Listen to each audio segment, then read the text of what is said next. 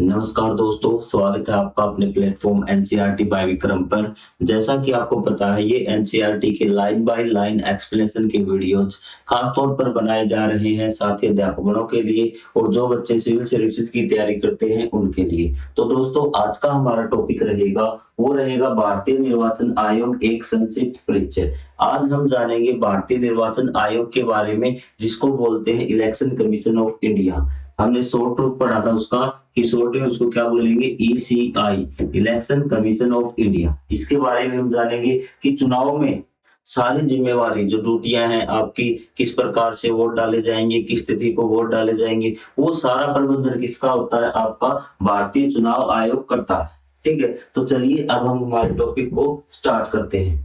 भारतीय निर्वाचन आयोग एक स्वतंत्र संवैधानिक निकाय है। अब आप कहेंगे सर, ये संवैधानिक निकाय का मतलब क्या होता है? संविधान निकाय का मतलब होता है कि इसका जिक्र ये हमारे संविधान के अंतर्गत है कि भारतीय संविधान में लिखा हुआ है कि भारत में एक चुनाव आयोग होगा और जिसकी जिम्मेवारी सारे चुनाव करवाने की होगी, इसलिए इसको बोला गया संवैधानिक निकाय है। जो स्वतंत्र और निष्पक्ष ढंग से चुनाव कराने के लिए उत्तरदायी है, मतलब जिसकी जिम्मेवारी स्वतंत्र रूप से, ठीक है, किसी के दबाव में नहीं आएगा, ठीक है, कि किसी का पक्ष नहीं लेगा, किसी भी पार्टी का, किसी भी उम्मीदवार का। सिर्फ इसकी जिम्मेवारी है कि आपका स्वतंत्रता पूर्वक और आपका निष्पक्ष ढंग से चुनाव करवाने की जिम्मेवारी किसकी है, कि भारतीय निर्वाचन आयोग की। इसकी स्थापना 1950 में की गई थी। यह भारत में लोकसभा, राज्यसभा, राज्य विधानसभाओं और राष्ट्रपति एवं उपराष्ट्रपति के पदों के लिए चुनाव कराता है भी। तो ये किस किस के लिए चुनाव करवाता है, ये आप देखिए, लोकसभा, राज्यसभा, राज्य विधानसभा, राष्ट्रपति और उपराष्ट्रपति के पदों के लिए चुनाव कराता है। क्या है? Election commission of India. आपसे कई बार पूछ सकता है कि आपका ये पंचायत के चुनाव कौन करवाता है, तो ये चुनाव आपके करवाए जाएंगे राज्य चुनाव आयोग के द्वारा। ये चुनाव आपके यहाँ करवाए जाएंगे। तो ये चीज क्लियर हुई। स्वतंत्र भारत में प्रथम आम चुनाव 1951-52 में हुए थे। ठीक है, इक्यावन में स्टार्ट हुए, 52 में पूरी तरह वो कंप्लीट हुए थे। तो ये ध्यान रखना है कि जो चुनाव आयोग है, भारतीय चुनाव आयोग, जो राष्ट्रीय स्तर पर केवल कौन कौन से चुनाव कराता है, ये आपको ध्यान रखना है। लोकसभा, राज्यसभा, राज्य विधानसभा, राष्ट्रपति और उपराष्ट्रपति के पदों पर चुनाव करवाता है। बार बार रिपीट इसलिए करवाता हूँ, इनमें से कोई क्वेश्चन आपसे पूछ लिया जाएगा कि इसका चुनाव कौन करवाता है। भारतीय निर्वाचन आयोग के निम्नलिखित अति महत्वपूर्ण कार्य करता है। अब भारतीय निर्वाचन जो आयोग है, चुनाव आयोग आप समझिए इसको, इसके महत्वपूर्ण कार्य क्या है। तो सबसे पहले क्या करता है, चुनाव की तिथियों का निर्धारण करना। तो ये बताएगा कि इस तारीख को वोट डाले जाएंगे। उसके बाद राजनीतिक दलों का पंजीकरण करना, मतलब राजनीतिक दल होते हैं, आपने पार्टी सुनी होगी, बीजेपी सुनी होगी, कांग्रेस सुनी होगी, उनका क्या करता है, रजिस्ट्रेशन करता है, पंजीकरण करता है। आदर्श आचार संहिता लागू करना। आप कहेंगे सर, ये आचार संहिता लागू क्या करना क्या होता है, कि जैसे आज अब फिलहाल कुछ कामों पर प्रतिबंध लगा दिया जाता है, कि जैसे आज किसी की सरकार है, चुनाव है, वो सरकार के जो आपके जो मंत्री होंगे वो भी चुनाव लड़ेंगे। तो ये कहेंगे कि कुछ से प्रतिबंध लगी, आप इस प्रकार की घोषणाएं नहीं कर सकते, अब आप पैसा नहीं बांट सकते, ये चीज नहीं कर सकते। तो उनपे क्या कुछ प्रतिबंध हो जाती है, उसको बोलते हैं आदर्श आचार संहिता। इन प्रतिबंधों को संपूर्ण चुनाव चुनाव प्रतिक्रिया की देखरेख करना। और इसका काम क्या, जो सारी चुनाव प्रक्रिया है, भी कौन कैंडिडेट क्या कर रहा है, किसको कौन सा निशान देना है, ठीक है, कहां से किस प्रकार से वोटों की गिनती होगी, किस प्रकार से वोट डाले जाएंगे, कहां पे पोलिंग स्टेशन होंगे, वो सारी जिम्मेवारी किसकी होती है, चुनाव आयोग की होती है भी। तो ये मेरे लिए आपको 4 काम याद करने, चुनाव की तिथियों का निर्धारण करना, और फिर आपका राजनीतिक दलों का पंजीकरण करना, आदर्श आचार संहिता लागू करना और संपूर्ण चुनाव प्रक्रिया की देखरेख करना। ये आपको बातें ध्यान रखनी है भी। तो ये देखिए, भारतीय निर्वाचन आयोग, यहाँ से आपको सारी चीजें क्लियर होती जाएंगी भी। ठीक है, तो ये देखिए आपका ये होता है राष्ट्रीय स्तर पर मुख्य निर्वाचन आयुक्त अधिकारी होता है, 2 निर्वाचन आयुक्त और होते हैं, ये अधिकारी है। उसके बाद आपके स्टेट लेवल पे हम आएंगे, तो यहाँ पे मुख्य निर्वाचन अधिकारी एक ही होगा। जिला स्तर पर जिला निर्वाचन अधिकारी, और उसके नीचे आपके होंगे निर्वाचन अधिकारी, रिटर्निंग ऑफिसर चुनाव का संचालन कराता है। और निर्वाचन पंजीकरण अधिकारी, इलेक्टोरल रजिस्ट्रेशन ऑफिसर मतदाता सूची का प्रबंध करता है। ये पूरी व्यवस्था आपकी दे रखी। मतलब राष्ट्रीय स्तर पर क्या होता है, मुख्य चुनाव आयुक्त होता है। ठीक है, मुख्य निर्वाचन आयुक्त होता है, उसके अलावा दो और होते हैं, दो निर्वाचन आयुक्त होते हैं, एक तो चीफ हो गया, उसके अलावा उसके नीचे दो और आपके निर्वाचन आयुक्त होते हैं। जब हम ये राष्ट्रीय स्तर पर है, जब हम भारतीय निर्वाचन आयोग को देखते हैं राज्य स्तर पर, तो वहां एक मुख्य निर्वाचन अधिकारी होता है, एक स्टेट का एक ही होता है। जब हम जिला स्तर पर आते हैं, जिला स्तर पर भी आपको जिला निर्वाचन अधिकारी मिलेगा। तो आप देखना कि आप राष्ट्रीय स्तर पर जाएंगे तो आपको 3 निर्वाचन अधिकारी मिलेंगे। एक तो मिलेगा आपको मुख्य निर्वाचन अधिकारी और एक आपको मिलेगा 2 निर्वाचन आयुक्त। क्लियर? जब हम जिला निर्वाचन अधिकारी पे आएंगे ना, तो उसके नीचे आपको 2 अधिकारी मिलेंगे। एक तो मिलेगा आपको निर्वाचन अधिकारी, जिसको हम रिटर्निंग ऑफिसर, जो चुनाव का संचालन करता है, जो मशीन वगैरह उनकी सारी चीजों की देखभाल करता है। और एक होता है आपका निर्वाचन पंजीकरण अधिकारी, जिसको हम इलेक्टोरल रजिस्ट्रेशन ऑफिसर बोलते हैं, जो मतदाता सूची का प्रबंध करता है। आपको आगे बात समझ में यहाँ पे कि कौन सा अधिकारी क्या काम करता है। ये भारतीय निर्वाचन आयोग की संरचना है भी। निर्वाचन प्रक्रिया का प्रबंधन भी। भारत में चुनाव प्रबंधन एक विशाल कार्य है, क्योंकि भारत बहुत बड़ा देश है और इसमें सभी का वोट डलवाना, भी उनकी गलती करना, उनको निशान देना उम्मीदवारों को, ठीक है, कि आपका ये निशान रहा। आपने देखा होगा अलग अलग पार्टियों के, जब आपके गांव में सरपंच के चुनाव होते होंगे तब भी आपने देखे होंगे कि निशान देना, ठीक है। भारत निर्वाचन आयोग स्वतंत्र और निष्पक्ष ढंग से चुनाव कराने के लिए आधुनिक भारत की आवश्यकताओं के अनुसार अपनी क्षमताएं उन्नत कर रहा है। मतलब धीरे धीरे वो अपनी क्षमताएं बढ़ा रहा है, जैसे मशीनें बढ़ा रहा है, अपने जो उसके पास इंफ्रास्ट्रक्चर है, ठीक है, उन चीजों को बढ़ा रहा है, ठीक है, धीरे धीरे अपने अंदर के उसको जो जो संसाधन चाहिए, ठीक है, इस लाइन का मतलब है ढंग से चुनाव में आधुनिक भारत की आवश्यकताओं के अनुसार अपनी क्षमताएं उत्पन्न कर रहा, मतलब उसके पास जो संसाधन है ना, उनको वो बढ़ा रहा, कि जिन चीजों से चुनाव करवाया जाता है। चुनाव प्रक्रिया अत्यंत विशाल है, इसके लिए कुशलता से कार्य करना आवश्यक है। उदाहरण के रूप से लोकसभा चुनाव को लेते हैं। सबसे पहले हम बात करते हैं, चुनाव जो प्रक्रिया बहुत ज्यादा जटिल है, ठीक है, इसमें बहुत सारे संसाधन आपको चाहिए। तो हम लेते हैं लोकसभा के चुनाव का उदाहरण लेते हैं। ध्यान दें कि राज्य विधानसभाओं के चुनाव में भी इसी प्रक्रिया का पालन किया जाता है, कि इसी प्रकार आपके राज्य विधानसभा चुनाव भी होते हैं। हमने जो सबसे बड़ा चुनाव ले लिया लोकसभा का चुनाव, आप बताइए किसके स्तर पर होगा? राष्ट्रीय स्तर पर। आपके क्षेत्र से लोकसभा का एक सांसद चुनकर जाएगा लोकसभा सदस्य के रूप में। सभी चुनाव नियमित रूप से अलग अलग समय पर होते हैं, इसलिए देश के विभिन्न भागों में प्रत्येक वर्ष अनेक चुनाव निर्धारित अवधि कराए जाते हैं। इसमें कहता है कि देश के अलग अलग भागों में ना अलग अलग समय पर चुनाव होते हैं। कभी पंचायत के चुनाव हो गए, फिर आपके राज्य विधानसभाओं के चुनाव हो जाएंगे, कहीं पे आपके फिर लोकसभा के चुनाव आ जाएंगे। इस प्रकार अलग अलग राज्यों में चुनाव चलते ही रहते हैं। हर साल आपके 4-5 राज्यों में चुनाव हो जाते हैं विधानसभाओं के, क्योंकि हर राज्य की अपनी एक विधानसभा है। चीजें क्लियर हुई आपकी यहाँ से? अब देखिए लोकसभा के लिए क्या करना होगा, कि लगभग 98 करोड़ मतदाता है, मतलब 98 करोड़ लोग वोट डालेंगे मत इसके लोकसभा के चुनाव में। 543 संसदीय निर्वाचन क्षेत्र, आपको मैंने बता दिया था कि राष्ट्रीय स्तर पर चुनाव होता है लोकसभा का, और पूरे भारत को कितने में बांट रखा है? 543 भागों में बांट रखा है। तो 543 संसदीय निर्वाचन क्षेत्र है, कि 543 आपके सांसद यहाँ से चुने जाएंगे। 10 लाख से अधिक मतदान केंद्र मतलब कि जहां पर वोट डाले जाएंगे वो जगह भी 10 लाख जगह आपके वोट डलवाए जाएंगे अलग अलग गांव में। आपके गांव में अब की बार कभी वोट डले तो आप जरूर जाना अपने पेरेंट्स के साथ देखने की किस प्रकार से वोट डाले जाते हैं, ठीक है। तो 10 लाख से अधिक मतदान केंद्र ये बनाने पड़ते हैं अभी।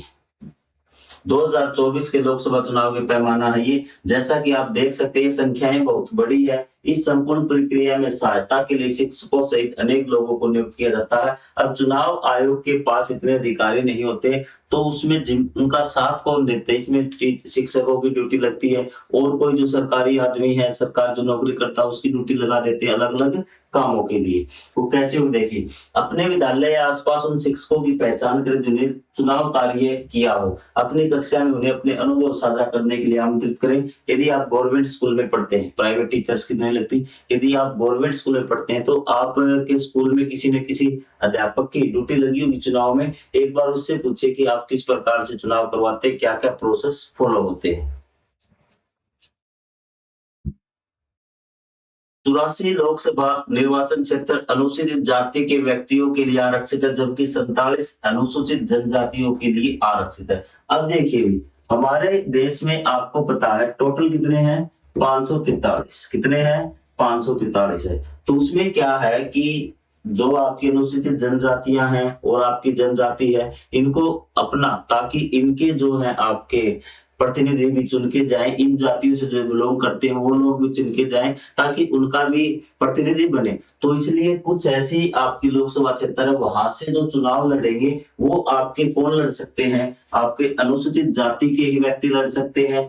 आपके 84 लोकसभा निर्वाचन क्षेत्र ऐसे हैं, ठीक है, जहां केवल कौन लड़ सकते हैं, अनुसूचित जनजाति के लोग ही लड़ सकते हैं अभी, ठीक है। तो 47 अनुसूचित जनजाति के हैं और आपके कितने, 84 अनुसूचित जाति के। तो ध्यान रखना 84, इनको एक बार टोटल करना, 84 किसके, अनुसूचित जाति, ठीक है। 47 किसके, अनुसूचित जनजाति। जो नाम बड़ा है वो तो कम है, जैसे अनुसूचित जाति है ना, दो ही अक्षर है आपके जाति में, तो इसके कितने हो गए, 84, 84। और आपके अनुसूचित जनजाति बड़ा नाम है ना, तो इसके कितने, 47। और सामान्य के लिए कितने हैं, 412। अब सामान्य कौन बच गए, जो इनके अलावा जो बच गए ना, वो आपके सारे सामान्य में आके देखना, 7 और 11 और 2 13, 8 और 4 12 और एक 13 और एक 14, 4 और एक 5, 543 आपके कंप्लीट हो गए। आरक्षण समझ गए आप। तो आपसे पूछा जा सकता है कि हमारे जो लोकसभा की सीटें हैं उसमें अनुसूचित जाति को कितने सीटों पर आरक्षण दिया गया है, आप कहेंगे सर 84, और जनजातियों पर आपको देना है 47, 47 आपको आंसर देना। सामान्य के लिए 412, आप यहाँ से जोड़ घटा भी कर सकते हैं। ये देखिए भी मतदान प्रक्रिया भी, ये देखिए यहाँ से कैमरे लगाए हुए हैं। चुनाव प्रौद्योगिकी का व्यापक उपयोग किया जाता है कि यहाँ से कैमरे लगाए हुए हैं, सभी जो है ना आपके जो पोलिंग स्टेशन जहाँ पे वोट डाले जाते हैं, तो वहां से बैठे बैठे देख रहे हैं कोई घटना ऐसी तो कोई जबरदस्ती वोट तो नहीं डलवा रहा है, कहीं कोई लड़ाई दंगा तो नहीं है, वो चीज प्रौद्योगिकी का इस्तेमाल हो रहा है। तो यहाँ पे देखिए प्रथम मतदान अधिकारी मतदाता सूची में मतदाता का नाम और उसके पहचान पत्र की जांच करता है। सबसे पहले आप वोट डालने जाएंगे तो यहाँ पे आपका जो प्रथम मतदान अधिकारी होगा वो ये देखेगा क्या आपका नाम मतदान की सूची में है या नहीं। आपको नहीं बताता वोटर लिस्ट कि वोटर लिस्ट में आपका नाम है या नहीं है। उसके बाद द्वितीय मतदान अधिकारी मतदाता की उंगली पर स्याही लगाता है, उसे पर्ची देकर उसका हस्ताक्षर लेता है। फिर अगले के पास जाएंगे, अगले काउंटर पे, अगले काउंटर वाला क्या करेगा, उसकी उंगली पे आपकी स्याही लगा देगा, ताकि वो स्याही आपकी 2-3-4 दिन जल्दी से उतरती नहीं, ताकि पता लग जाए कि आप दोबारा वोट डालने नहीं आए या फिर आपने वोट डाल दिया है। और आपके साइन करवा लेगा कि आपने वोट डाल दिया और आपको पर्ची बना के दे देगा कि जाइए आप मशीन पे बटन दबाइए। अब तृतीय मतदान अधिकारी भी वो पर्ची लेता है और मतदाता की उंगली की जांच करता है, पर्ची में नोटा का विकल्प भी उपलब्ध रहता है भी। अब उससे वो पर्ची लेता है भी, ठीक है। और वो कहता है कि आप वोट डाल सकते हैं। पहले तो पर्ची वाला सिस्टम था, ठीक है, अब पर्ची वाला सिस्टम नहीं। वो तीसरा क्या करता है, चेक करता है कि अधिकारी ये अब से पीछे वाले को चेक करा के आया नहीं आता, उसके उंगली का जो आपका स्याही का निशान था वो चेक करता। उसके बाद आगे बढ़ जाता है इलेक्ट्रॉनिक मतदान, फिर उसको यहाँ भेज देता। आपको दिखाई दे रहा है क्या, मशीन पे, यहाँ मशीन रखी हुई होती है भी, क्या होती है कि यहाँ पे आपका जब इसके अंदर जाएगा ना तो यहाँ पे मशीन है, और मशीन में इस प्रकार से कैंडिडेट का नाम मिलेगा और उसका निशान मिलेगा। मान लो किसी का चश्मे का निशान है तो इस प्रकार से बटन के ऊपर चश्मे का निशान मिलेगा, किसी का फूल का निशान है तो इस प्रकार से फूल का निशान मिलेगा, किसी का हाथ का निशान तो हाथ का यहाँ पे नाम, और जिसको भी वोट डालना है उसका आगे का बटन वो दबा सकता है, ठीक है। यहाँ नोटा भी, नन ऑफ द अबव आपको बताया था। नोटा का मतलब क्या होता है, नन ऑफ द अबव, कि हमें इसमें कोई पसंद नहीं, वो भी बटन आपका इस मशीन में मिलता है। इस मशीन का बटन दबा के एक बीप की आवाज आती है और आप बाहर आ जाते हैं भी। आपको ये चीजें क्लियर हुई। यहाँ पे कुछ आपको एक्स्ट्रा जानकारी दी हुई है, तो ये देखिए, श्याम शरण नेगी हिमाचल प्रदेश के एक विद्यालय में शिक्षक, भारत के 1951 के प्रथम आम चुनाव में मतदान करने वाले पहले मतदाता थे भी। ये देखिए श्याम शरण नेगी। आपसे क्वेश्चन पूछा जा सकता है कि भारत में सबसे पहले वोट किसने डाला था आम चुनाव का, तो डाला था श्याम शरण नेगी ने भी, ठीक है। 2017 में उन्होंने 100 वर्ष की आयु में अपना पहला वोट डाला था भी, सॉरी अपना वोट डाला था 100 वर्ष की आयु में, मतलब 2017 में वो 100 वर्ष के हो गए थे भी। आपको चीजें क्लियर हुई। आज के टाइम में पता नहीं ये जीवित है या फिर नहीं, आपको इनका नाम ध्यान में रखना है, श्याम शरण नेगी। 2-3 बार आप एक चीज को रिकॉल करते हैं ना, तो आपको जब ऑप्शन में देखोगे तो आपको वो याद आ जाएगा कि कौन थे श्याम शरण नेगी थे, जो हिमाचल प्रदेश के थे भी, एक विद्यालय में शिक्षक थे भी ये। भारत की इलेक्ट्रिक वोटिंग निशान मशीन भी और मतदाता सत्यापन योग्य पर ऑडिट ट्रेल प्रणाली का उपयोग नामीबिया और भूटान जैसे देशों में भारत निर्वाचन आयोग की सहायता से किया जाता है। कि ये आपकी इस प्रकार से मशीन होती है। मान लेते हैं कि आपने किसी का चश्मे का निशान था या फिर मोबाइल का निशान था, यहाँ आप मोबाइल के निशान वाला बटन दबाओगे तो ये वीवीपैट होती है भी, यहाँ से वो पर्ची निकल के आती है एक प्रिंट होके, जिसपे क्या चश्मा छपा होता है, जिसपे आप, ताकि आप कंफर्म हो जाए कि आपने जो वोट डाला है वो सही डाला है भी। ठीक है, ये रही आपकी, इसको बोलते हैं पेपर ऑडिट ट्रेल प्रणाली भी। ठीक है, मतदाता सत्यापन, ये आपको बता दिया कि paper audit trail VVPAT VVPAT एक ऐसी प्रणाली जिसको मतदाता की वोट की पर्ची निकलती है, जिसे मतदाता यह जान लेते हैं कि उसका इलेक्ट्रॉनिक वोट सही से दर्ज हो गया नहीं। यह पर्ची विवाद की स्थिति में सत्यापन और पुनः गणना के लिए एक बैकअप प्रमाण के रूप में उपलब्ध कराती है, विशेषतः उस स्थिति में जब इलेक्ट्रॉनिक प्रणाली में कोई त्रुटि हो जाती है। मान लो कि इस मशीन में कुछ गलती हो गई, तो वो किसकी गणना करते हैं, वो गणना करते हैं इन पर्चियों की भी। ये पर्ची सामने आएगी और अंदर डल जाएगी, आपके साइड में देखते रहेंगे, हाँ ये पर्ची प्रिंट हुई है, और ये प्रिंट उसी बॉक्स में डाली जाएगी। मान ली यहाँ पे कुछ आपकी गड़बड़ी होगी वोटिंग मशीन में, इलेक्ट्रॉनिक वाले में, तो वो इन पर्चियों को निकाल के गिन लेंगे कि किसके कितने वोट आए हैं। इन पर्चियों के माध्यम से वो गिनती कर सकते हैं। अब हम बात करते हैं आदर्श आचार संहिता की। आदर्श आचार संहिता का पालन स्वतंत्र और निष्पक्ष चुनाव सुनिश्चित करने के लिए किया जाता है। आदर्श आचार संहिता मतलब ये भी क्या होते हैं, कुछ नियम होते हैं जो चुनाव से कुछ दिन पहले लगाए जाते हैं आपके प्रतिनिधियों पर, जो चुनाव लड़ना चाहते हैं उन लोगों पर भी। तो इनका मेन उद्देश्य क्या है कि स्वतंत्र और निष्पक्ष चुनाव सुनिश्चित करने के लिए किया जाता है। इसमें नेताओं, राजनीतिक दलों और उम्मीदवारों को क्या करना और क्या नहीं करना है, इसकी स्पष्ट सूची होती है। उनके लिए नियम होते हैं कि उनको ये चीज करनी है और ये काम नहीं करना, जिसका अनुसरण सभी को करना आवश्यक होता है। आदर्श आचार संहिता के कुछ तत्व भी। सरकार में रहते हुए किसी भी राजनीतिक दल के लिए कुछ नियमों का पालन अनिवार्य होता है भी। मैंने कहा था आपको कि सरकार है, सरकार के अधिकारी मंत्री भी, सॉरी अधिकारी नहीं, मंत्री भी चुनाव लड़ेंगे दोबारा वो सरकार बनाने के लिए।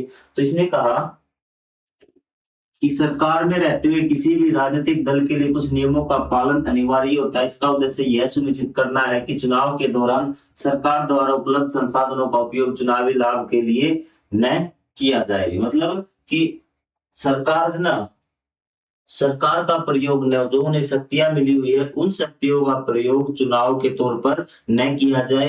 चुनाव लड़ते समय सभी प्रतिनिधि हैं, जो उम्मीदवार हैं, वो समान रूप से उनके पास ताकत, ये नहीं कि अगर वो कोई मंत्री है वो क्या कर ले, उदाहरण के लिए चुनाव के दौरान ऐसी कोई नई योजना या परियोजना घोषित नहीं की जा सकती जो मतदाताओं को प्रभावित करे। जैसे वो बोल दे कि मैं जैसे ही बनूंगा तो तुम्हें 10-10 हजार रुपए दे दूंगा अभी। ठीक है, वैसे आदर्श आचार संहिता का पालन होता नहीं इतना। ठीक है, मैं आपको बता देता हूँ, ऐसी घोषणाएं अब आपको रोज होती हैं चुनाव में भी। ठीक है, लेकिन फिर भी बताया गया कि आचार संहिता का पालन करना चाहिए। सभी प्रत्याशियों की अपेक्षा की जाती है विवेक और संयम का परिचय दे, ताकि यह सुनिश्चित हो सके कि निर्वाचन शांतिपूर्ण संपन्न हो। ठीक है, वो संयम से चुनाव लड़े। ठीक है, मर्यादित भाषा का प्रयोग करे, लड़ाई दंगा न करे, किसी को धमकाए नहीं। ठीक है, पैसे न बांटे, ये भी आदर्श आचार संहिता में आपको पैसे दे के वोट नहीं खरीदना है। मतदाताओं को वोट के बदले उपहार देकर प्रभावित करना दंडनीय है। यही वही आ गया कि वोट के बदले चाहे आपको पैसे भी नहीं देने और कोई आपको चीज भी नहीं बांटनी है। ठीक है, आप शराब बांट रहे हैं, आप किसी को गैस बांट रहे हैं, आपको कुछ बांट रहे हैं, ऐसा कोई कार्य आपको नहीं करना है। तो ये चीजें आपको यहाँ तक क्लियर हुई या फिर नहीं हुई, ये बताइए आप, ताकि हम आगे बढ़े। तो आपको अध्याय तो सारा समझ में आ रहा होगा। कोई मान लेते हैं कोई वीडियो, कोई बात है, ऐसी लाइन है जो आपको समझ में नहीं आई, तो नीचे आप कमेंट करके पूछ सकते हैं कि सर हमें ये चीज समझ में नहीं आएगी। इसके बाद देखिए, यहाँ पे आपका पेज, आप 2 सेकंड रुकिए, यहाँ से पेज थोड़ा सा पीडीएफ हमारी ओपन हो रही है। जैसे ही पीडीएफ ओपन होगी हम आगे पढ़ा देंगे आपको। तब तक मैं आपसे 2 मिनट बात कर लेता हूँ कि आपको कोई भी वीडियो या पार्ट ऐसा लग रहा हो कि जो आपको समझ में नहीं आ रहा हो, तो आप वो कमेंट करके पूछ सकते हैं कि सर हमें ये टॉपिक समझ में नहीं आया, ताकि मुझे पता है कि जब एक व्यक्ति के समझ में नहीं आता तो बहुत सारे विद्यार्थियों के समझ में नहीं आता। मैं उस वीडियो को क्या करूँगा, दोबारा से बना के थोड़ा-सा और आसान भाषा में आपको समझाने की कोशिश करूँगा। बाकी मेरी कोशिश यही रहती है कि मैं आपको अच्छी तरीके से समझाऊँ ताकि आपको दोबारा पढ़ने की या समझने की ज़रूरत नहीं पड़े। यहाँ कुछ शिकायतें दी गई हैं, जिसका निवारण भारतीय निर्वाचन आयोग करता है भी। ये देखिए, एक प्रत्याशी द्वारा महिला मतदाताओं को साड़ियाँ और घरेलू उपकरण बाँटे गए, तो ये क्या हो गया, आदर्श आचार संहिता का उल्लंघन हो गया, क्योंकि मना किया था कि आपको कोई भी गिफ्ट नहीं बाँटने हैं। एक दल के प्रत्याशी द्वारा विपक्षी दल के प्रत्याशी विरुद्ध आपत्तिजनक भाषा का प्रयोग किया गया, ये भी क्या, आदर्श आचार आचार संहिता का उल्लंघन है, क्योंकि आपको अभद्र भाषा का प्रयोग नहीं करना, संयमित और विवेक से आपको चुनाव लड़ना है। सरकारी अधिकारी सत्ता दल के लिए प्रचार करते हुए कि जो सरकार के अधिकारी है ना, वो सरकार के लिए प्रचार करे, वोट मांग रहे हैं, ये भी बात आदर्श आचार संहिता उल्लंघन है। कोई भी सरकारी कर्मचारी सरकार के लिए वोट नहीं मांग सकता। मतलब जो सरकारी चीज है उनका प्रयोग आप अपने चुनाव में नहीं कर सकते, चाहे वो कोई सरकारी गाड़ी ही क्यों न होगी। ठीक है, अध्यापक भी उसी चीज में आएंगे, जो भी सरकारी कर्मचारी। निरीक्षण के समय एक प्रत्याशी की कार से 500 रुपए के नोटों की घड़ियां मिली, तो ये क्या होता, 500 रुपए की घड़ियां क्यों मिली, शायद वो नोट बांटने जा रहा होगा, या फिर इसमें एक लिमिट होती है कि आप इतना जो कैश है वो ले जा सकते हैं अपने साथ, इससे ज्यादा कैश नहीं रख सकते। तो ये भी आप आदर्श आचार संहिता का उल्लंघन है भी। आदर्श आचार संहिता को सर्वप्रथम 1960 में केरल में अपनाया था भी। ठीक है, 1951-52 में आपके पहले चुनाव हुए थे, तो सबसे पहले जो आदर्श आचार संहिता किस चुनाव में लगाई गई थी, आपको ध्यान रखना है, 1960 केरल में लगाई गई थी भी, जिसे उस समय के प्रमुख राजनीतिक दल के प्रतिनिधियों द्वारा सहजता से स्वीकार किया गया था। ये नहीं कि जबरदस्ती थोपा गया था। तो चुनाव आयोग ने बताया था, तो चुनाव लड़ रहे थे कि हम ऐसे-ऐसे नियम बना रहे हैं, क्या आपको सही लगते, तो उसने कहा ठीक है, ये नियम होने चाहिए, बड़े बढ़िया नियम है और ये आपने लागू कीजिए। भारतीय निर्वाचन आयोग ने 1962 में आम चुनाव के दौरान इसे राजनीतिक दलों के बीच प्रसारित किया और 1991 से इसका अनुपालन सुनिश्चित करने में सक्रिय भूमिका निभाने लगा भी। ठीक है, 1962 में आम चुनाव के दौरान इसको राजनीतिक दलों के बीच प्रसारित किया, मतलब उसको बताया कि ऐसे-ऐसे आपकी आचार संहिता होगी, और 1991 से आयोग इसका अनुपालन सुनिश्चित कराने में आपकी अच्छी प्रक्रिया करने लगा। मतलब ये बता दिया, ये तो आपको पालन करना ही होगा अभी। टीएन शेषन भी 1990 में मुख्य निर्वाचन आयुक्त बने। आपको बताया 3 निर्वाचन आयुक्त होते हैं, एक मुख्य निर्वाचन आयुक्त होता है और 2 आपके सिंपल निर्वाचन आयुक्त होते हैं, राष्ट्रीय निर्वाचन आयुक्त होते हैं। उन्होंने स्वतंत्र और निष्पक्ष ढंग से चुनाव सुनिश्चित करने के लिए सुधार किए। इन सुधारों में सम्मिलित है चुनाव प्रचार अभियान चलाने के लिए सुस्पष्ट नियमों का पालन तथा प्रॉक्सी मतदान की समाप्ति के लिए वोटिंग मतदान परिचय पत्र और प्रत्याशियों द्वारा चुनाव में व्यय पर कड़ी चौकसी रही। तो इन्होंने टीएन शेषन, क्योंकि इन्होंने चुनाव में बहुत ज्यादा सुधार किए, चुनाव प्रक्रिया में जहां गड़बड़ी होने की आशंका रहती थी वहां पे उसने क्या किए, सुधार किए। तो सबसे पहले इन्होंने क्या किया कि जो चुनाव प्रचार के समय जो चुनाव होगा तो सभी प्रतिनिधि क्या होंगे, अपने लिए वोट मांगेंगे, क्या उसको क्या बोलते हैं, चुनाव प्रचार। तो उसके लिए इन्होंने क्या किया, अभियान चलाने के लिए सुस्पष्ट नियमों का पालन तथा प्रॉक्सी मतदान की समाप्ति के लिए मतदाता परिचय पत्र और प्रत्याशियों द्वारा चुनाव में व्यय पर कड़ी चौकसी ली। इन्होंने 3 काम किए। एक काम किया कि चुनाव प्रसार किस प्रकार से करना, उसके नियम बना दिए कि आप इस प्रकार से लाउड स्पीकर यूज कर सकते, इतने समय तक ये कर सकते, 2 दिन तक आप ऐसे कर सकते हैं, जो भी थे नियम बना दिए। दूसरा, प्रॉक्सी वोटिंग। प्रॉक्सी वोटिंग होती है कि आपका वोट है और आपका भाई उस वोट को डाल के आ जाए। तो ये आपकी 2 नंबरी वोटिंग, प्रॉक्सी वोटिंग। ठीक है, आप समझ रहे प्रॉक्सी वोटिंग की, अगर किसी आदमी का वोट कोई दूसरा डालता है धोखे से, तो उसको हम प्रॉक्सी वोटिंग डालते हैं। तो इन्होंने कहा कि क्या करना है आपको कि मतदाता परिचय पत्र भी, परिचय पत्र बनवा दिए, उस पे उसकी फोटो लगवा दी, वोटर कार्ड इन्होंने बनवाए, और कहा कि वोट डालने जब आओगे तो आप अपने साथ ही लेके आओगे, ताकि जो अधिकारी है वो आपकी फोटो मैच कर सके कि वोट आप आपका ही डाल रहे हैं, किसी और का तो नहीं डाल रहे। और साथ में इन्होंने जो प्रत्याशी जो चुनाव लड़ते हैं, जो खर्च करते हैं, उन पे भी एक लिमिट लगाई कि इस प्रकार से आप इतना खर्च कर सकते हैं, इससे ज़्यादा आप खर्च नहीं कर सकते। उन्हें प्राय ऐसे अधिकारी के रूप में याद किया जाता है जिन्होंने भारतीय चुनाव को निष्पक्ष, पारदर्शी और भय रहित बनाया भी। तो टीएन शेषन का आप नाम याद रखें, 1990 में भारतीय चुनाव आयुक्त बने थे भी। जिन क्षेत्र में आप रहते हैं वहाँ अगला चुनाव कब होने वाला है? अभी आपके क्षेत्र में कोई चुनाव होने वाला होगा, पंचायत का, राज्य का या फिर आम चुनाव, ठीक है? तो वह क्या राज्य स्तर या स्थानीय स्तर या निकाय का या फिर पंचायत चुनाव है, उसको आप ज़रूर एक बार कमेंट में बताएँ, या फिर हुआ है या फिर आपको पंचायत चुनाव के बारे में अपने पेरेंट्स से ज़रूर पूछें। भारत में चुनाव प्रक्रिया को समझना एक संक्षिप्त अवलोकन, लोकसभा तथा राज्य विधानसभाओं के लिए चुनाव है। तो ये हम अगले पार्ट में करेंगे ताकि ये चीज़ आपको धीरे-धीरे करके क्लियर हो जाए। तो आपको भारतीय चुनाव आयुक्त, आदर्श आचार संहिता, ठीक है, पूरा सिस्टम समझ में आ गया होगा। ठीक है, लाइन बाय लाइन समझते रहिए। हो सकता है कि एक ऐसा पार्ट हो जिसमें आपको कुछ 1-2 बात ही पता चले, ठीक है? हो सकता है कि एक पार्ट में सारे काम की बातें, तो लाइन टू लाइन समझते चलेंगे ना, तो आपकी समझ अच्छी विकसित होती चलेगी। तो मिलेंगे अगले पार्ट में, तब तक के लिए जय हिंद, जय Bharat. Thank you very much.